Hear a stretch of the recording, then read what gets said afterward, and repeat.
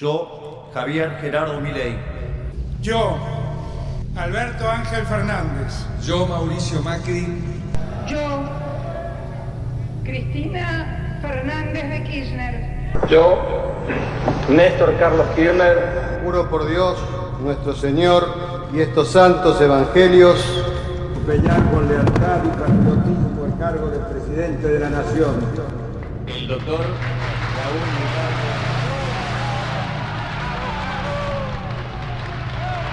Si así no lo hiciere, Yo, la nación me lo demanda. Dios y la patria me lo demandan. Dios y la patria me lo demandan.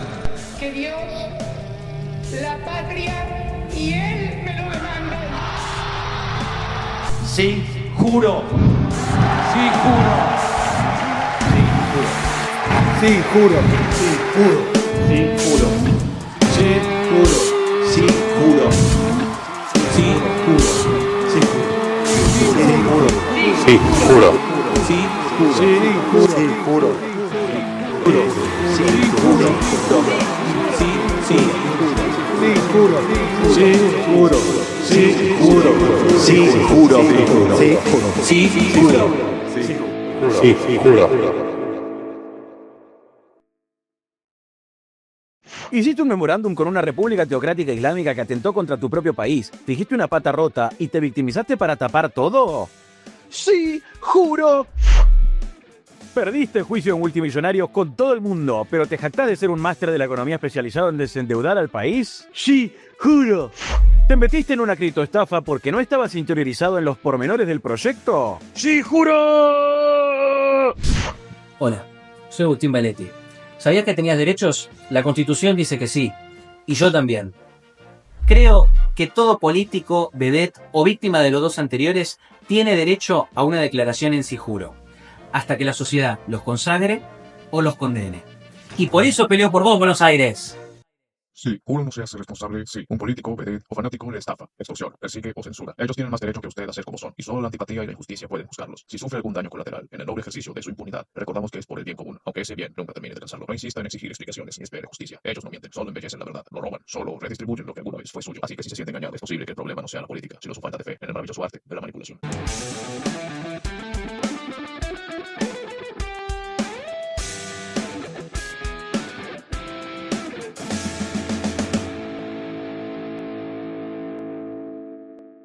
¿Cómo no? ¿Cómo no? Bueno, aquí está con nosotros, un honor recibir a Luis Brandoni y yo quiero que en tu casa aplaudas, porque la verdad que es un honor.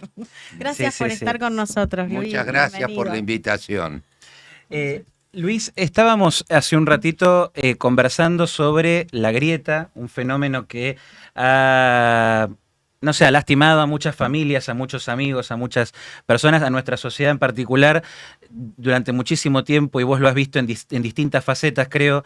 Lo que quería preguntarte es si crees que ahora puede llegar a sanarse esa grieta, o si ves el nacimiento de esta nueva grieta que nosotros quizás hablábamos.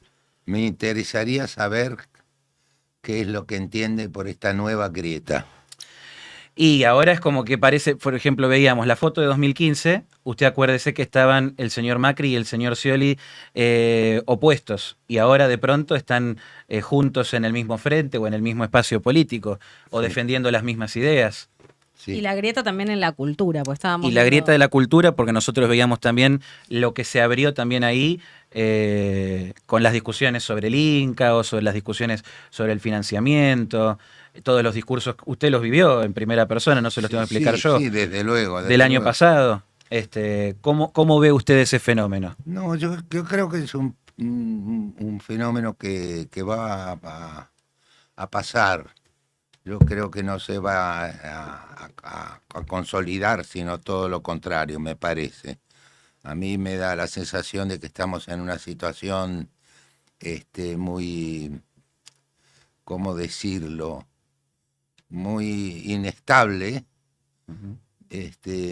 Y estamos, yo personalmente tengo una enorme curiosidad por tratar de ver, de conocer, como lo voy a conocer, el resultado de las próximas elecciones. Creo que va a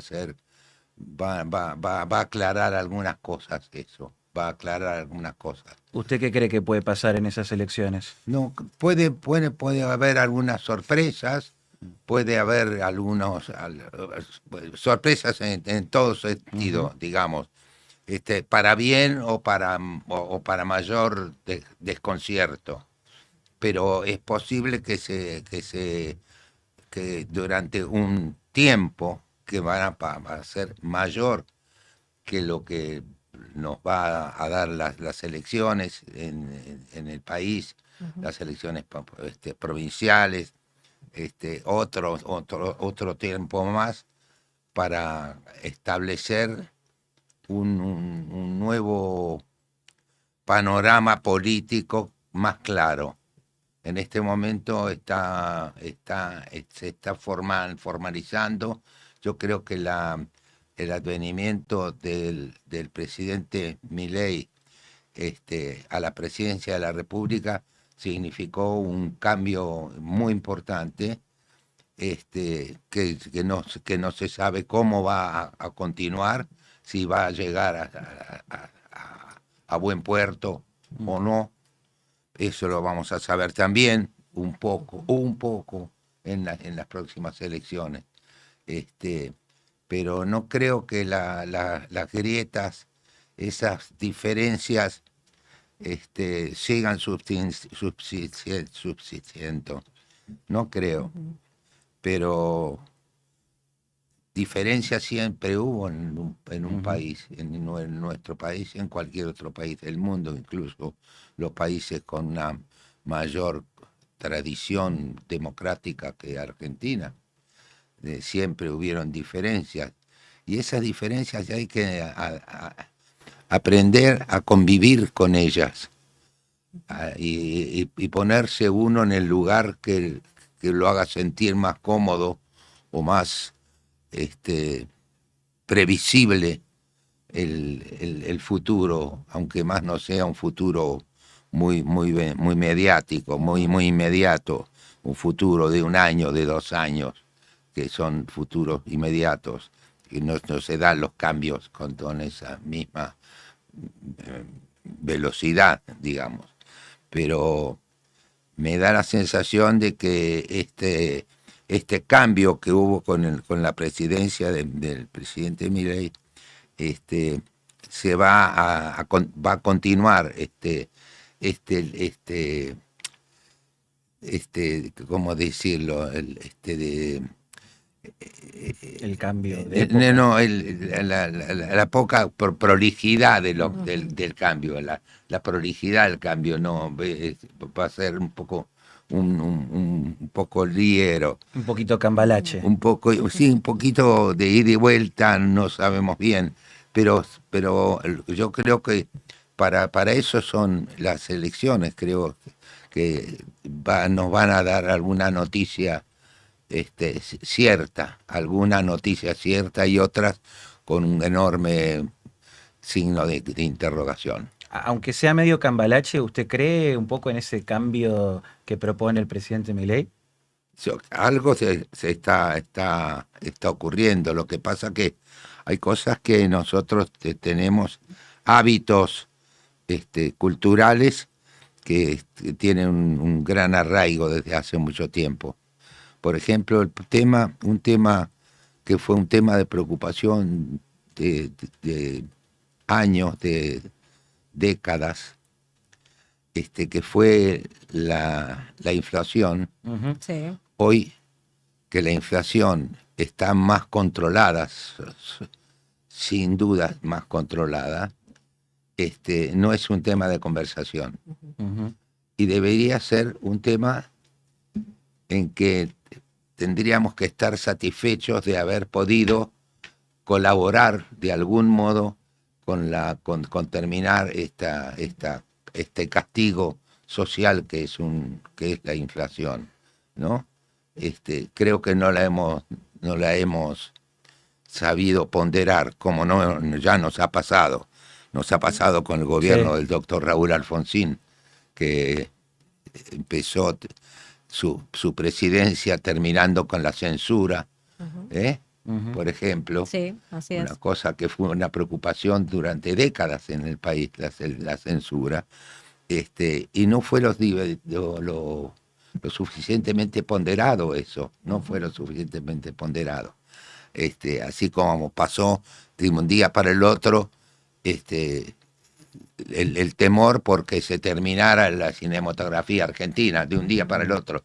Y no fue así, efectivamente no fue así, pero era había un cambio, había alguien que dijo vamos a bajar el costo del país, vamos a gastar lo que podemos gastar y no lo que no debemos gastar. Esas declaraciones fueron contundentes, porque usted habló acerca de eso, de que la ficción no iba a extinguirse, como muchos decían. Recién vimos un video en una entrega de los Martín Fierros que decían que la ficción se iba a terminar y demás. Y una declaración suya que fue muy contundente, que algunos dijeron que abrió la grieta, pero usted fue muy sensato, que fue muy sensato a la hora de contar que no necesariamente la ficción, por cambiar la forma de subsidiarla, se iba a terminar. No, claro. No, una cosa que sí se terminó fue la televisión. La televisión dejó de ser un elemento extraordinariamente importante desde el punto de vista informativo, desde el punto de vista cultural. Por ejemplo, desapareció la música en la televisión argentina. Sí. Desapareció la música. Sí. Antes cada uno de los canales tenía una orquesta propia. Es verdad. Sí. ¿Verdad? Sí, No sí, hay, sí. La de Canal no hay 3, ni un guitarrista contratado. No es hay verdad. nada. Y no hay ficción, por ejemplo, en esto también cambió, lo cual no significa que todo sea así, porque yo estoy viendo en este lugar que esta supuestamente es una radio, pero no es una radio en realidad, ¿no? Este tipo de cosas tenemos que aprender a acostumbrarnos a vivirlos como un adelanto, Claro. como una solución, por ejemplo, porque lo que no pueden decir las radios o no están en condiciones de enfrentar proyectos un poco más alzados, un poco más importantes, lo pueden hacer ustedes, por ejemplo. Esto es un cambio que nos favorece y que deberíamos decir, bueno, no tener la radio de siempre, la televisión de siempre, de toda la vida, donde había programas de preguntas y respuestas que paralizaban el país, porque llamaba mucho la atención y era muy lindo eso. Eso no está pasando. Ahora las noticias son mayormente noticias policiales.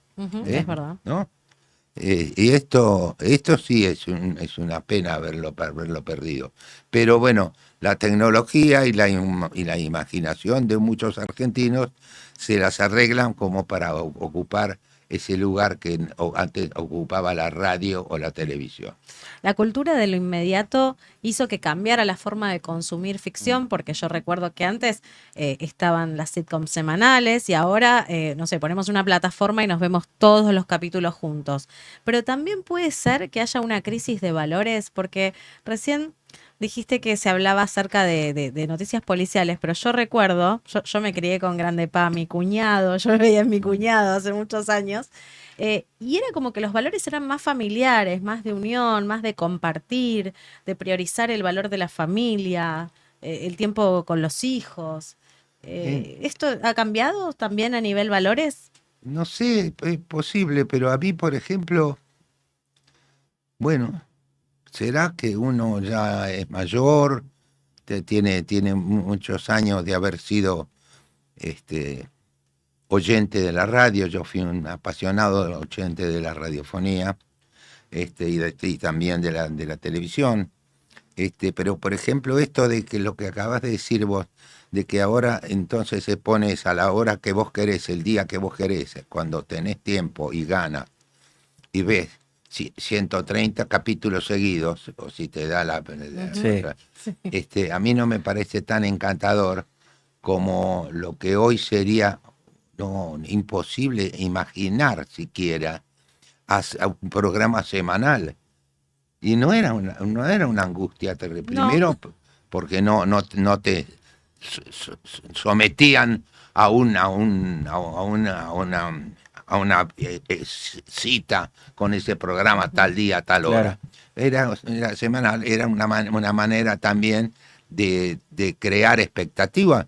Los programas semanales, programas de preguntas y respuestas, por ejemplo, yo recuerdo, era una cosa extraordinaria. Vamos, recuerdo, no me acuerdo cómo se llamaba el programa, pero un programa de preguntas y respuestas semanal separaba el país cuando había algún sujeto muy joven que contestaba sobre un mundo que desconocíamos y nos parecía muy atractivo eso, ¿cierto? Sí, total. Bueno.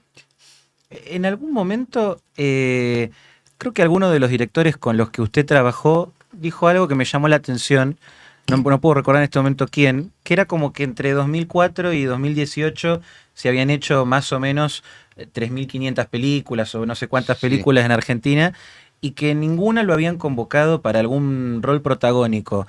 Yo le quería preguntar en principio si eso es así y cómo, y usted habló también un poco de eso en los Martín Fierro del año pasado, de las listas negras y de toda esa la persecución, si eso también categoriza como una lista negra en democracia, lo que se vivió en ese momento, quizás. No, en ese momento se vivió una democracia parcial, evidentemente. Yo estuve mucho tiempo limitado en mis posibilidades laborales. Sí tuve el beneficio de una tarea teatral que es un capital enorme que tenemos los argentinos, ¿no es cierto?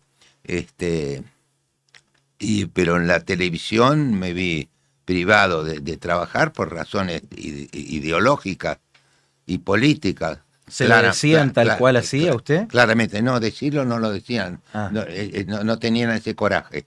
No tenían ese coraje de decirlo, lo decíamos nosotros cuando podíamos, cuando nos hacían alguna nota, alguna vez. Pero, por ejemplo, nosotros tenían los periodistas prohibido mencionar nuestros nombres, salvo en una crítica de una película o una crítica teatral. Que no había más remedio que mencionarlo. Pero esas limitaciones las hemos sufrido muchas veces, mucho, por razones políticas, porque le tiene miedo a la gente que tiene cierta notoriedad o popularidad, como quieran llamarlo. Le estaba vedado a los deportistas expresar cuál era su pensamiento político, ¿no? Sí. Digo, yo me crié escuchando que un muchacho que ganaba un campeonato de un peso determinado, de peso mediano, había que dedicarle a Perón el triunfo, se le dedicaba a Perón todo. Sí. Digamos, el asunto era que no ocurriera el espanto de que alguien popular y querido por el público pensara distinto al gobierno de turno. Entonces eso se terminó. Esa libertad, por ejemplo, tampoco supimos valorarla cuando, insisto, con permiso de ustedes, durante la presidencia del doctor Raúl Alfonsín se terminó la censura. Se terminó la censura, quiere decir que había un edificio que era el edificio de la censura, que supuestamente cuidaba a la minoridad. Mentira, cuidaba a la minoridad, cuidaba a la política y todo esto. Esto fue extraordinariamente recibido por la sociedad argentina. No hubieron abusos enormes como ocurrió en España, no sé si ustedes recuerdan, pero digamos el destape en España fue una cosa francamente escandalosa, escandalosa, pero bueno, porque tuvieron 40 años de dictadura, ¿no? Con Franco, 40 años de dictadura. Con lo que conlleva. Con lo que conlleva, digo. Pero Sí. con lo que, Y dos claro, generaciones viviendo sin libertad. Claro. Sí, por lo menos. Le quería consultar, porque hablamos un poquito de la forma que tuvo el kirchnerismo de dar su batalla cultural en su momento, de incluso censurando gente como a usted. La cultura, el cine en particular, ¿usted la cree como un campo de batalla cultural válido? Como que ahí tienen que la gente que le interesa las cuestiones políticas, sobre todo usted también como con su parte de militancia política, ¿cree que es un lugar para hacer una batalla cultural, para ganarse los corazones de la gente? ¿Qué cosa? La libertad. Lo que sirve es la libertad, porque nosotros hemos tenido gobiernos de facto que ejercieron la dictadura, la censura. Pero la gente siguió escribiendo, la gente siguió pintando, la gente siguió estudiando música, siguió cantando, siguió bailando. Y en ese sentido es un país muy rico, muy rico. Tenemos ahora, por ejemplo, un caso que me toca muy de cerca, que es Made in Lanús, que es un espectáculo que yo dirigí y que estrenamos nosotros. Cuando llegue el 1 de enero del año que viene, vamos a cumplir 40 años del estreno universal de Made in Lanús, una obra extraordinaria, que estuvo en la calle Corrientes el año pasado y en lo que va de este año, con una suerte muy variada. El año pasado fue relativamente bien y este año fue muy mal de público, muy mal. En general, los teatros bajaron mucho. Y unos y otros teatros bajaron enormemente. Este mismo elenco, que hacía entradas muy pobres de 50, 60, 70 espectadores, salieron de gira la semana pasada, viernes, sábado y domingo, e hicieron 1.200 espectadores en 3 días. En La Matanza, en 3 localidades del Gran Buenos Aires. Quiere decir que la gente está esperando ese tipo de cosas. Sí. Ese tipo de cosas la está esperando y lo está disfrutando. ¿Y por qué cree que baja el tema de los espectadores, la cantidad de espectadores? ¿Es una cuestión meramente económica? No. O insisto con el tema de la grieta, porque hay gente que dice, ¿quién actúa? No quiero ir a ver a ese. No, pero es que no por el talento. Primero tiene derecho el espectador de ir a ver a la persona que conoce, si le gusta o no le gusta. Es un derecho que tiene. Pero lo que pasa que, bueno, Buenos Aires, particularmente Buenos Aires, es la tercera capital teatral del mundo. Esto no lo digo yo, que soy argentino. Lo dicen en el mundo entero. Y lo dicen gente de Nueva York, gente de Londres y gente de Buenos Aires. No lo decimos, nosotros no lo decimos. Nos lo dicen a nosotros porque es una capital con una oferta teatral descomunal, extraordinaria. Y no solo en Buenos Aires, porque después resulta ser que nosotros nos vamos a ir enterando que todos los pueblos, todas las ciudades, algunas importantes, capitales de provincia, otras pequeñas ciudades de provincia, todas tienen su teatro. Todos tienen tu teatro, ¿sí? Porque era el lugar de reunión de la sociedad de cada lugar. Entonces, esto es un capital extraordinario que debemos ponderar más de lo que lo hacemos. Ahí yo le quería consultar, porque uno habla a veces de financiación para la cultura y del foco que le dan también los gobiernos a la cultura. Hoy en día, ¿usted cómo ve la gestión del gobierno nacional en la cultura? De Leandro Cifeli, de todas las personas que se dedican a eso. Leonardo Cifeli. Sí, ¿Cómo? Sí. No, el secretario de Cultura, Leonardo Cifeli, sí. Y cómo viene apoyando, él viene igualmente viene trabajando, viene trabajando bien. Sería trabajoso para mí hacer un análisis sobre el tema de la cultura, pero la verdad es que la censura no existe en este momento. No existe la censura. Yo he padecido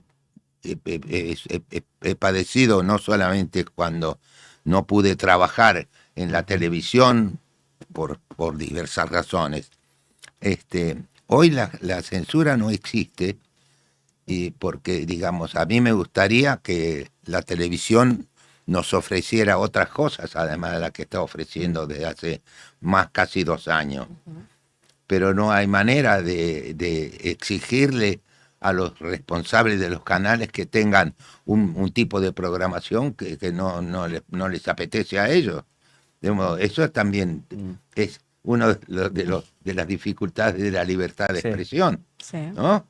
Que hay que hacerse cargo de riesgos económicos de pronto, riesgos profesionales, que a uno no le vaya bien con una idea.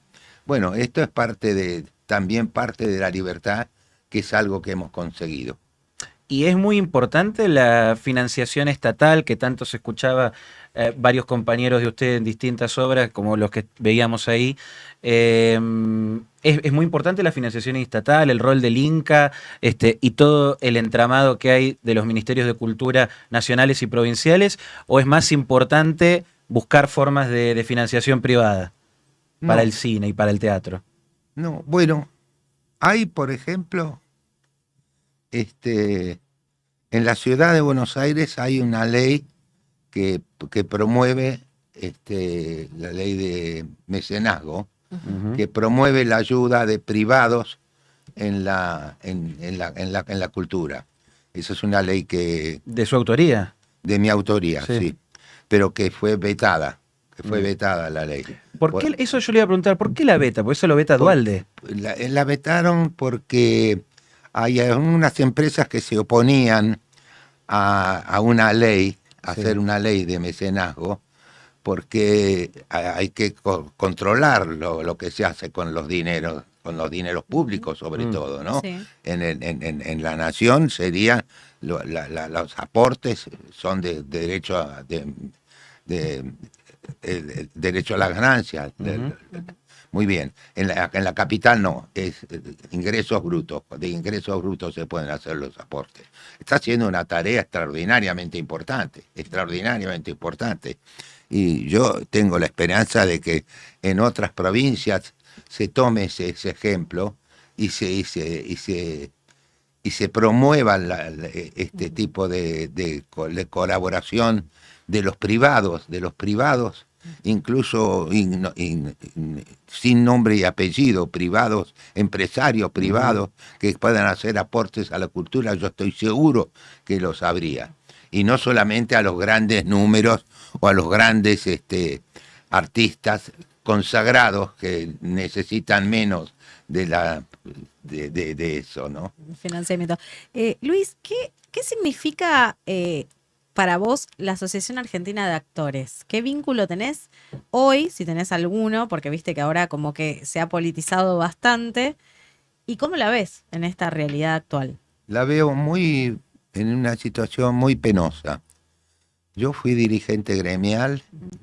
La Asociación de Actores es una de las organizaciones sindicales más antiguas del mundo, ¿sí? Y tiene más de 100 años de vida. Y tuvo una trayectoria muy clara, muy simple, muy transparente. Los dirigentes durante casi 100 años éramos dirigentes ad honorem, absolutamente ad honorem. Después se entendió que habría que cobrar un salario.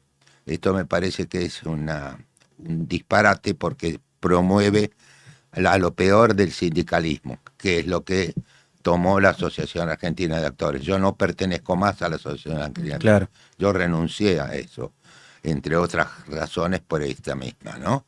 Porque ahora nosotros antes teníamos mandatos de 2 años y si alguien quería, otros 2 años, como mucho. Después venían otros compañeros que se hacían cargo de las cosas. Esto lo viví yo. Yo, por ejemplo, renuncié a mi cargo de secretario general el 9 de diciembre de 1983, el día anterior a que asumiera Raúl Alfonsín, porque yo no podía ser dirigente gremial y tener un cargo en un sindicato. Claro. Una cosa es una cosa y otra cosa es otra cosa. De eso sabemos mucho los argentinos, de lo que es la CGT. Por eso a veces enmudece durante años, durante periodos presidenciales, enmudece. Sí. Y yo incluso creí que se había ido de la calle a su parto. No sé, que se habían ido. Sí, yo creo dejaron que las valijas. el silencio era atronador. Ahora, Luis, te iba a preguntar, porque así como la Asociación Argentina de Actores, también está como este bracito que le surgió ahora hace un tiempo de actrices argentinas, el colectivo que empezó con las actrices argentinas. No, porque se llama, le cambiaron el nombre. ¿Le cambiaron ahora? No, por eso, porque se llama Asociación Argentina de Actrices, de Actores y Actrices. Ah, también, no, pero yo digo las de actrices que se han cargado la campaña del aborto legal en su momento, que estaban vocalmente muy a favor del gobierno de Alberto Fernández. ¿Usted qué piensa? ¿Hacían actos políticos? ¿Hacían actuaciones culturales? ¿Hacían bailes? ¿Qué piensa de la actuación de ellas? Bueno, eso es lo que cada uno quiere hacer. Me parece que tiene todo su derecho, mientras sea legal es esto. Pero digo, también eran políticos, también anunciar que íbamos a tener la jubilación fue un acto político de campaña. Después, por supuesto, fracasó, esto se terminó, no existe más, porque para tener nosotros el derecho a una jubilación hay que hacer una ley de verdad.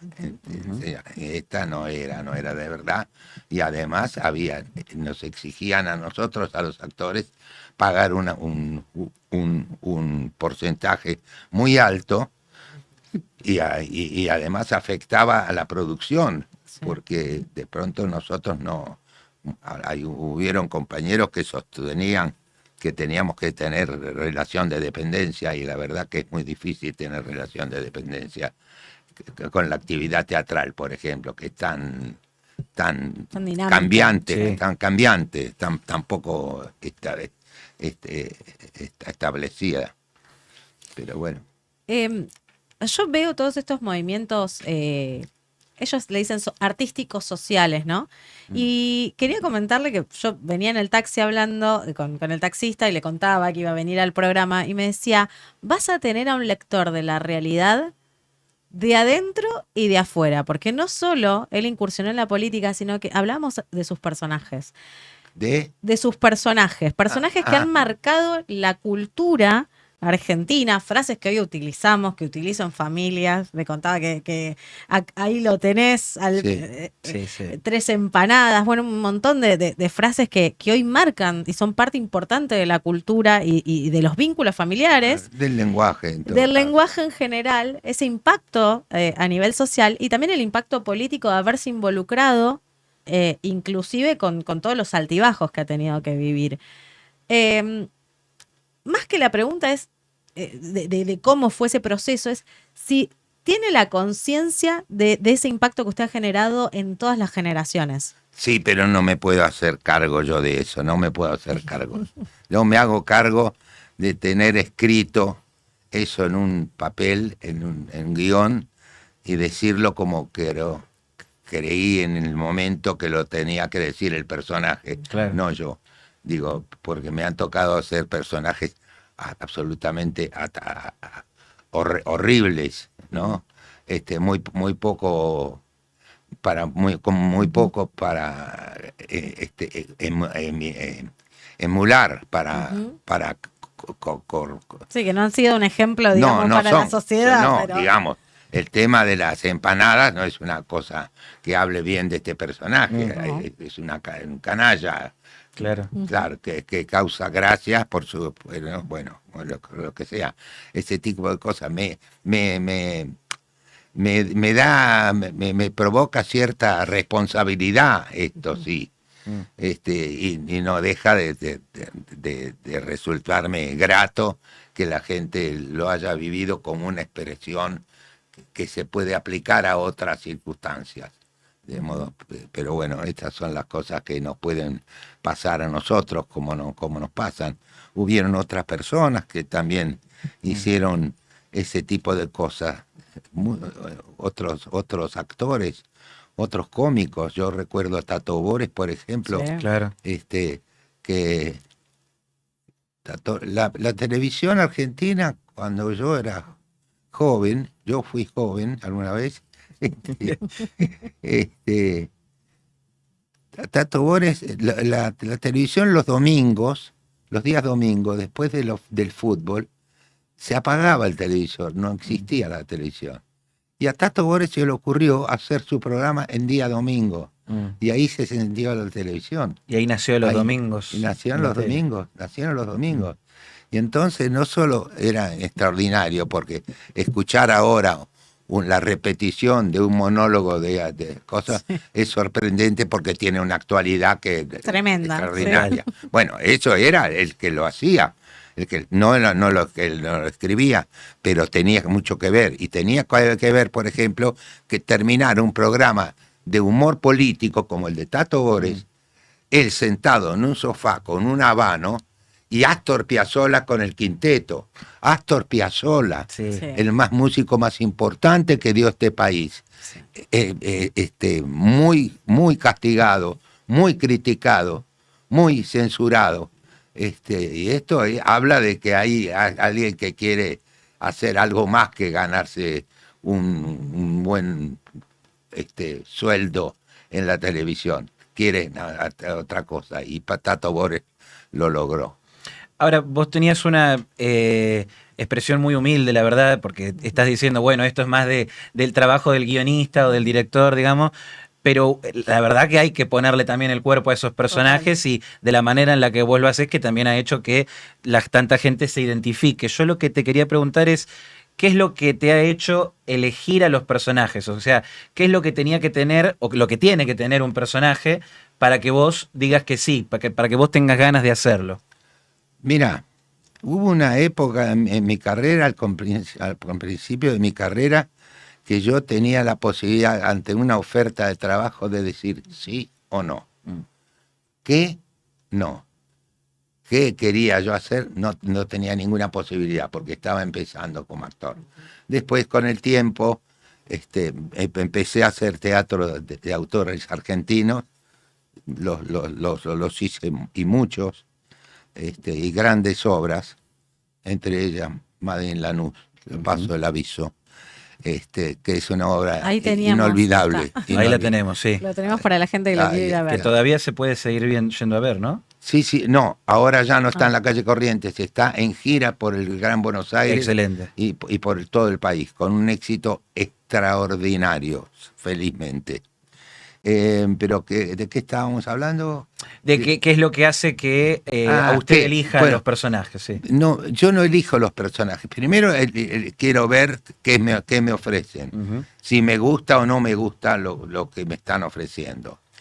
El qué, digamos, después el qué ya va un poco más a fondo, porque lo que a mí me enseñaron, me formaron en el conservatorio, los 4 años que fui alumno del conservatorio, de lunes a sábado, wow. No una vez por semana. Me enseñaron a respetar los textos, Es decir, los agregados, lo que se llama morcilla, en el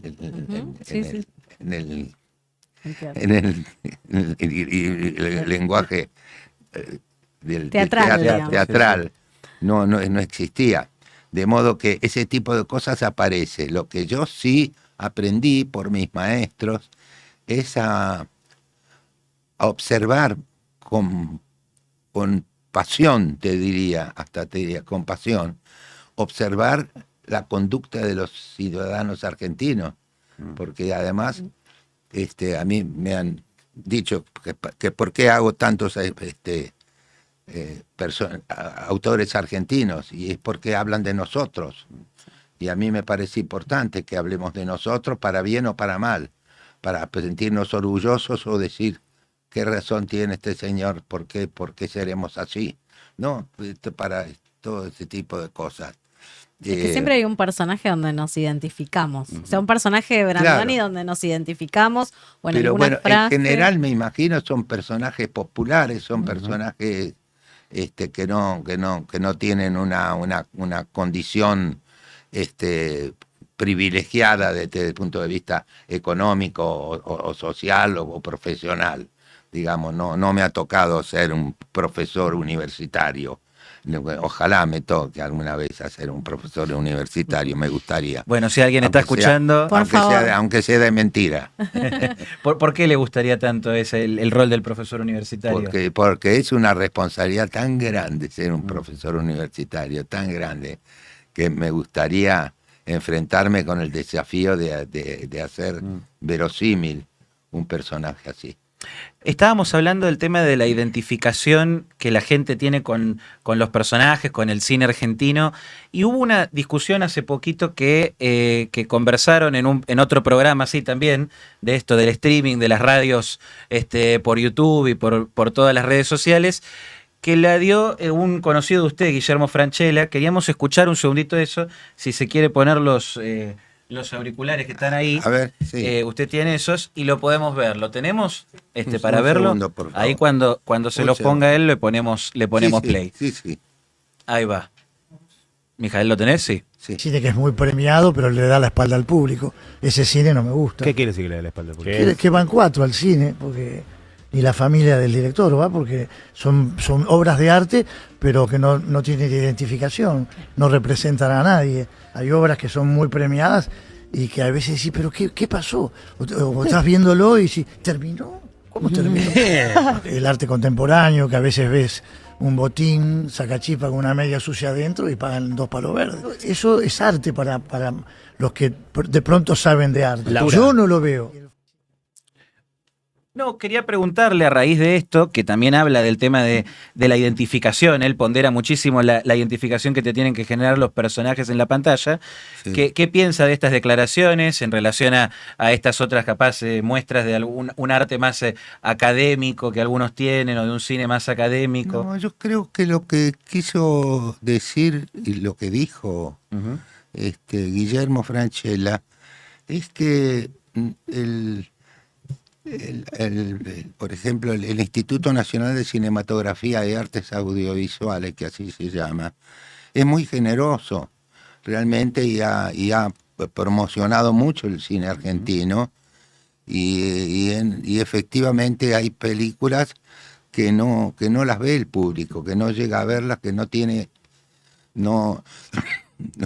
el interés mínimo para movilizar a alguien a ir a la botería de un cine y sacar una entrada. Si quiere agua tiene vasitos, sí. Pero y la ayuda existe. Por eso cuando empezó este gobierno dijeron quieren terminar con el cine argentino. No terminó el cine argentino, no terminó, no va a terminar tampoco. Pareciera ser que va a seguir. Pero este tipo de cosas que crean inquietud. Y lo que dijo él, que de pronto hay que hacer un cine, y en este sentido yo estoy un tanto de acuerdo con un cine para el público, para que el público se interese. El hecho de que te ayuden a hacer una película no significa que hagas exactamente lo que te gusta a vos y te desentiendas de la responsabilidad de que le guste al público.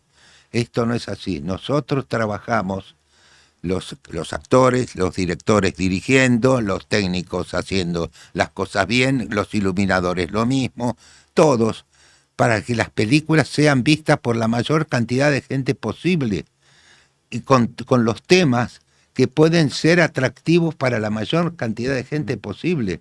Esto me parece que es de algún modo un compromiso que los que aspiran a tener una ayuda del Instituto de Cinematografía, que tengan el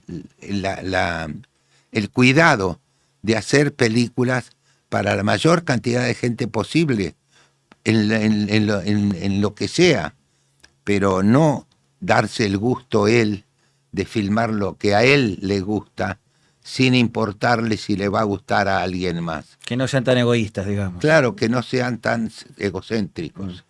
Y ahí, por ejemplo, ¿usted cree que el Inca debería como tener un poquito más de criterio para las cosas que acepta, digamos, el financiamiento? No, bueno, no, pero se tiene que presentar los guiones, hay comisiones que se dedican a estudiar eso y a otorgarle mayor o menor cantidad de dinero posible a los requerimientos de la producción.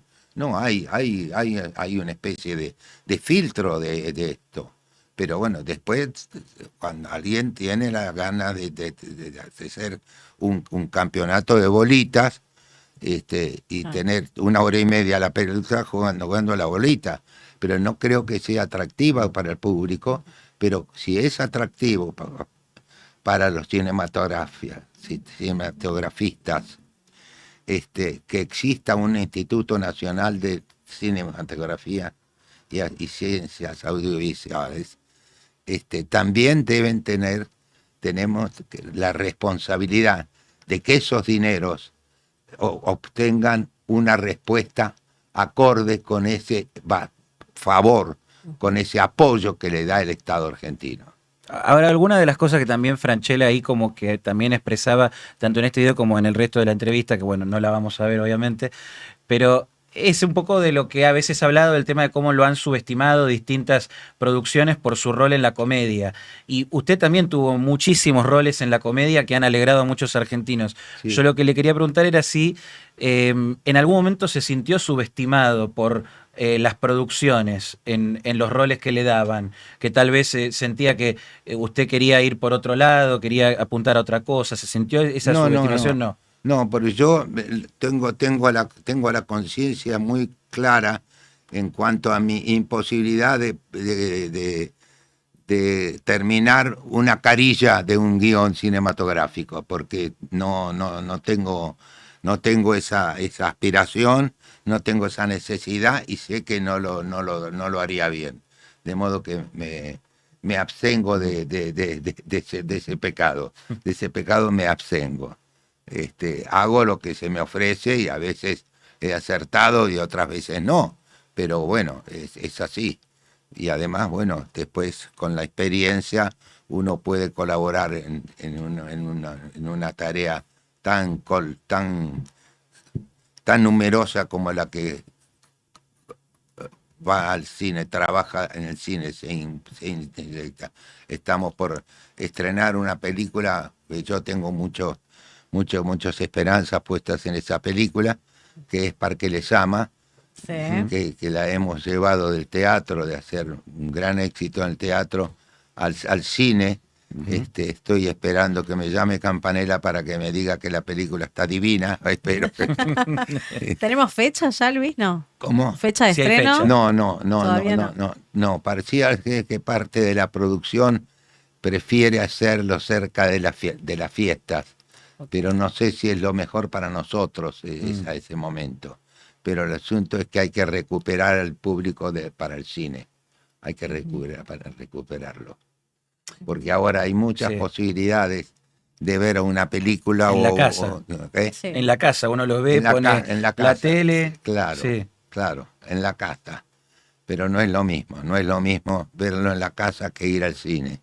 Sacar la entrada, no saber si te va a gustar o no, y cuando ves una película que te gusta, salís contento, diciendo qué maravilla que es el cine, ¿no? Como en el teatro. Qué maravilla que es. Yo quería preguntar algo porque dijo una palabra que es colaboración, y hablamos de esto de ver la realidad, de ser un lector de la realidad y del paso por la política y obviamente por el arte, el teatro, el cine. Si hoy le ofrecieran la posibilidad de hacerse cargo de cultura, no le estamos sacando el trabajo a Cifeli ni nada por el estilo, pero de colaborar con este gobierno para poder promover esto del cine, promover que la gente vaya más al teatro, ¿aceptaría un cargo hoy por hoy? En este momento no. Yo ya tuve un cargo de dirigente gremial, lo hice con todo el amor de mi vida, y me felicito de haberlo hecho y me enorgullezco de haberlo hecho.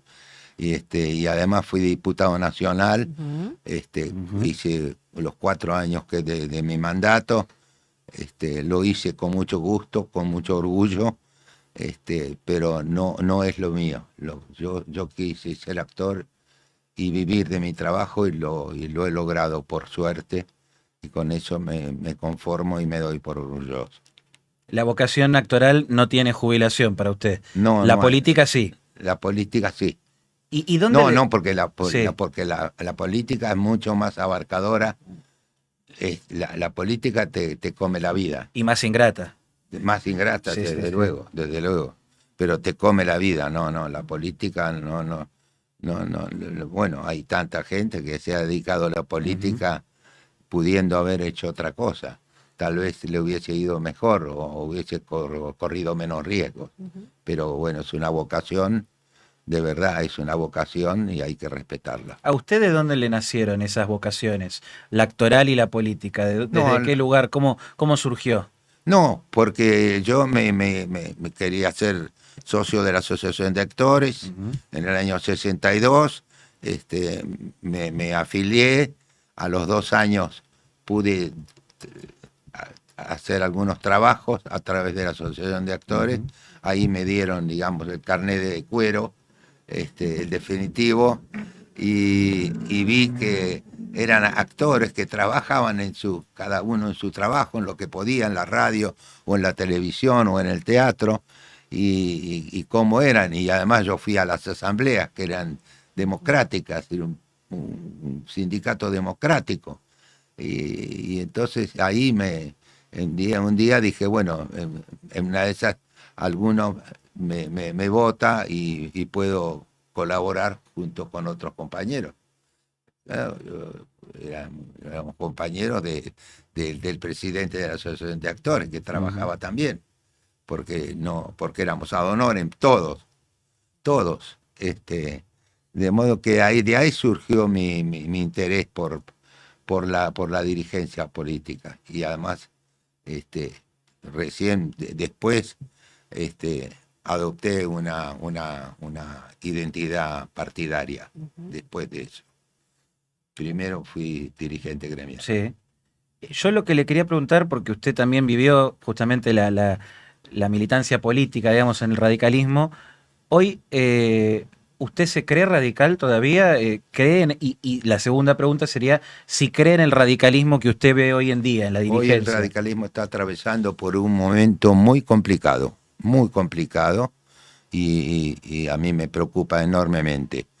Pero es un partido que lleva más de 130 años de vida en la Argentina y se debe haber visto en una situación parecida a esta en más de una oportunidad y salió adelante. Y va a volver a ocurrir, va a salir adelante. El radicalismo es parte de la cultura cívica de los argentinos, sean radicales o no, pero el radicalismo existe. ¿Y te representan igual la dirigencia de hoy en día?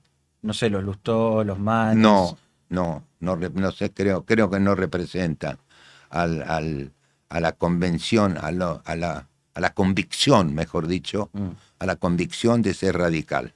Creo que no son representativos en este momento. ¿Por qué cree que perdió esa esencia la Unión Cívica? No la perdió. Transitoriamente no la tiene porque los que están al frente del partido no están capacitados para demostrar qué es lo que es el radicalismo, la historia honrar la historia del radicalismo. Pero esto es un tema que va a pasar porque va a haber elecciones.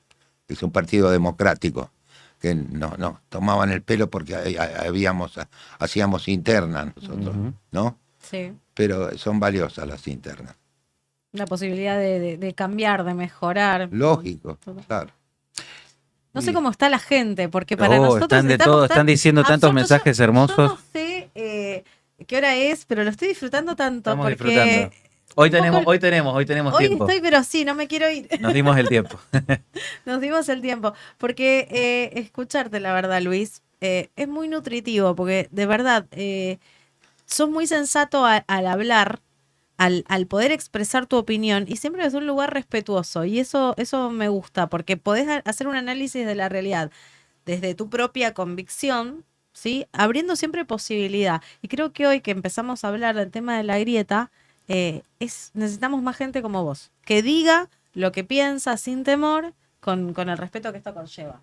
Así que yo lo estoy disfrutando mucho esto. Bueno, muchas gracias. Me alegro mucho. Luis, yo te quería preguntar porque vos sufriste la persecución política, tuviste que vivir el exilio y demás censuras y todo en carne propia. Y también fuiste parte de un proceso de democratización del país con Raúl Alfonsín, de alguna forma. Quería saber si ahora que estamos a más o menos 42 años de la democracia, ¿se le pudo cumplir al nunca más para vos? ¿O es una agenda pendiente? No, se cumplió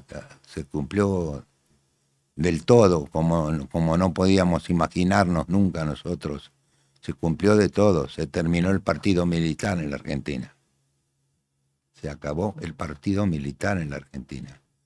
Y además, sí, fue el juicio a las juntas, el juicio a los violentos también, porque esto es lo que hay que decir siempre, ¿no? Fue el juicio a los militares y el juicio a los violentos, que no habían pagado nunca nada. De manera que yo creo que eso no vuelve más. Eso no vuelve más. Eso es para siempre, efectivamente. Don Raúl Alfonsín nos trajo la democracia y nos convenció de que si de algo estoy seguro, es de que los argentinos, por absoluta, inmensa mayoría, prefieren la democracia antes que cualquier otro sistema político. Luis, yo quería preguntarte, más yendo a un costado más personal, si vos pudieras quizás viajar en el tiempo y volver a algún momento de tu vida para revivirlo, ¿qué día sería ese, por ejemplo? La etapa del conservatorio, los 4 años que estuve en el conservatorio con clases de lunes a sábado, con un cuerpo de profesores irrepetibles. Fue una etapa de mucho sueño, de mucha fantasía, de mucho deseo, de mucho temor, pero es un momento glorioso de mi vida. ¿Y hay alguna etapa que te gustaría cambiar algo? ¿De algo que te pasó, algo que hiciste en tu vida? No, debo tener unos 200, 300, 400 mil episodios de esa característica. Pero no nos da el tiempo. No, seguramente que no. Después hay algo que se dice generalmente, que es que cuando uno más va creciendo, más va pensando en el momento final, en la muerte. Yo lo que te quería preguntar es si vos pensás en eso, si es algo que ocupa tu cabeza, ¿cómo estás con eso? ¿Tenés una respuesta, un pensamiento sobre eso? Sí, tengo un pensamiento. Mi pensamiento desde hace muchos años, por mi actividad profesional, está muy ligado al tema de la salud. Uh-huh. Digo, suspender una función por un problema personal de salud es un hecho muy triste, muy triste, y uno no se lo puede permitir, no se puede explicar lo que duele una situación así, no se puede explicar. Entonces, sí pienso en la muerte, la veo cada vez más lejana, como te podrán imaginar, pero cada vez estoy más pendiente de mi buena salud. Mientras tengo buena salud, como no se les ocurrió a los que los que imaginaron las jubilaciones, nadie pensó en los actores y en las actrices, porque sería lógico decir, no, mira, a los 60 y tantos años se jubilan. No se jubilan porque hace falta una abuela de 79 Entonces, ¿de dónde la sacamos la abuela de 79? Entonces, no tenemos ese límite.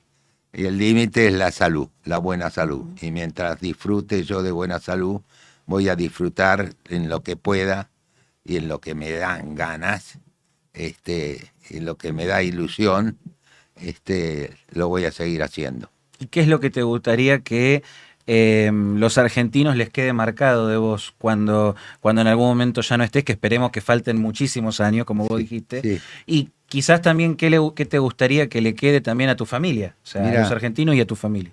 Mira, no, voy a...